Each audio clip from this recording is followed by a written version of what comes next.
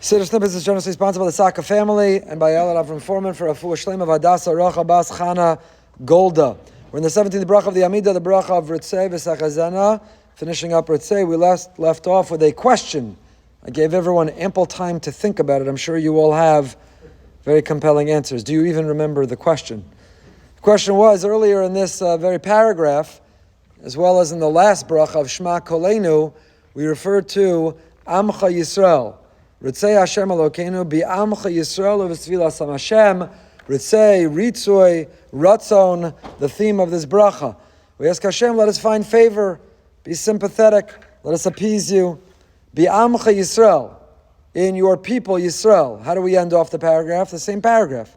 V'shei Yisrael sfilasam bi'avas tekabel b'ratzonu sehilu ratzon tamid avodas Yisrael Amecha. What happened? Why in Shema Kolenu and the beginning of Ritzei it's Amcha Yisrael, and here at the end it's Yisrael Amecha? A shift. This question is brought in the Kuntrus Avodas HaTfilah, so other Svarim address it as well. Any thoughts why we switch? Why the change? I saw a suggestion that perhaps Yisrael has a dual meaning, and it's related. I love it when Siddur snippets and the Parsha overlap and come together. There are no coincidences. Yaakov becomes Yisrael in our Parsha. Ki sarisa im anashim ha'tuchal. Yaakov wrestled and persevered. Spoke about it in the Parsha Shir. Sarisa lashon surara, became distinguished. We broke through. We became royalty. We were able to overcome because we wrestled and we persevered. And that for that we're forever called Bnei Yisrael. We're not Bnei Yaakov. We're Bnei Yisrael. We spoke in the Parsha Shir of the contrast of Yaakov and Yisrael. Unlike Avram, the Gemara Barachas tells us that once his name was changed from Avram to Avraham, we are forbidden to referring to him again as original name. Sarai, you can't call Sarai, she's Sarah. Yaakov is different. Yaakov gets an additional name, Yaakov or Yisrael. Why? Because it's not a replacement of his mission. Avram was Av of Aram, where he came from. He was a local hit, and then he took the show on the road. He became a global phenomenon. He became Avraham Av Hamon Goyim. So he was replaced, his mission as a local Avram, Av Aram, from the local Aram to Av Hamon Goyim. He was a global influencer and phenomenon. But Yaakov continues to have these two parallel identities. There's Yaakov and there's Yisrael. Yaakov is Milashon Akev. Yaakov is the heel. Yaakov is the one who's doing things and sometimes has to employ the Yidei Esav, the using trickery. Yaakov is the less ideal way of living. The Jewish people, when we're living at our best and our ideal, Am Yisrael, we're the Am HaNetzach. Yisrael, we're Bnei Yisrael, not just the Bnei Yaakov of the here and now, having to use less than ideal means. We're Yisrael. So Yisrael is both Yaakov's name, and Yaakov is considered to be the Bechir Sheba'avos. Avram is Avram. He's our founding father.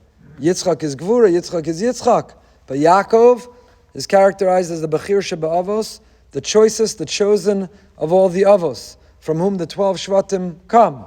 Avram's lineage is imperfect. Avram leaves us a Yitzchak, but he also gifted us a Yishmael.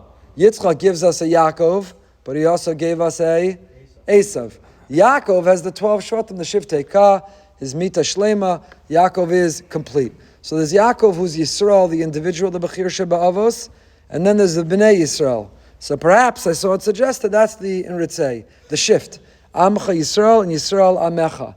One time we're referring to the Jewish people, and the other we're invoking the schus, the merit of Yisrael, the Bechir Sheba'avos. So one time it's addressing us, the Jewish people, we the Jewish people, and the other time the shift, the change is because we're talking about Yisrael, the Bechir Sheba'avos. Yaakov is an ideal state. Yaakov in whose schus, whose merit we rely on. And then the next tefillah continues. V'sachazena eininu b'shuvcha l'tzion berachamim. V'sachazena. We ask the word v'sachazena einenu. Sachazena means, what's the translation of v'sachazena? So let us see.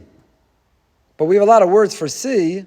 Chazon, sachazena, the Chozeh of Lublin, is not necessarily to see in the physical way. It means something bigger and something more. But if it were to mean to see, isn't it repetitive or redundant to say, V'sachazena einenu? With what else do you see? Why are we invoking the eyes? let us see with our eyes your return to Tzion, birachamim, with kindness and with compassion. Is there another way that he can return? So a lot of questions. Why is the word v'sachazena used rather than another word for see? To be ro'eh, re'enu, liros is to see. Why v'sachazena? Why do we invoke the eyes, einenu? What else do you see with? To return to Tzion. And why birachim? So Rav Schwab says the word v'sachazena comes from chazon. So it's Parsha, famous Shabbos chazon, Haftorah. Chazon means more than to see with one's eye, more than vision, more than, in other words, ophthalmologically. But chazon means prophecy. It means vision, it means dream.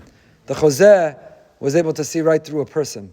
Not just the surface and the external, the chozeh could see right into your soul. Chazeh could see what was going on around him. A chazon is a prophecy, is a dream, is to see something bigger. It's to see something bigger. So maybe this bracha, Shrab says, he teaches it, at the time of the Beis HaMikdash, there were miracles, there was closeness to Hashem, it felt like prophecy. V'sachazena, let us merit to have the experience of Hashem that's so real, so tangible, that it's as if we have prophecy.